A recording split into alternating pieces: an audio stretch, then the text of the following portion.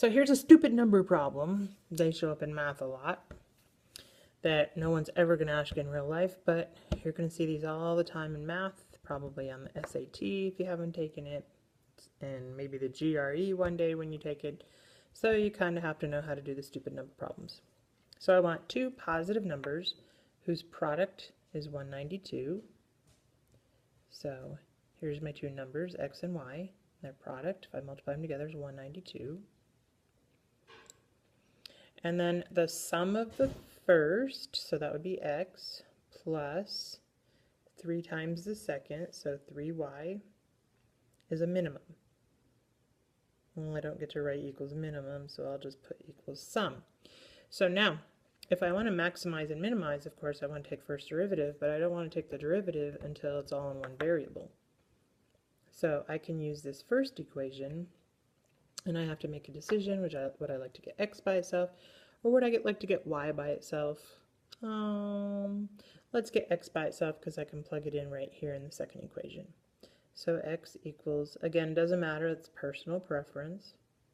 So if I get x by itself, I can now substitute it in. Oopsies. So when I substitute it in, it will look like this.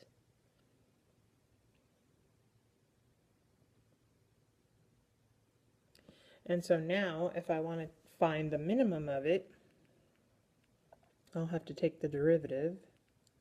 Sum prime equals negative 192 over y squared plus 3. Double check that process and make sure you get that answer for the derivative.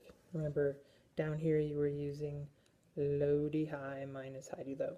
Or you could call it y to the negative 1 and bring it back up. Okay, so now I'm supposed to set it equal to 0 or undefined. Now, let's deal with the undefined part first.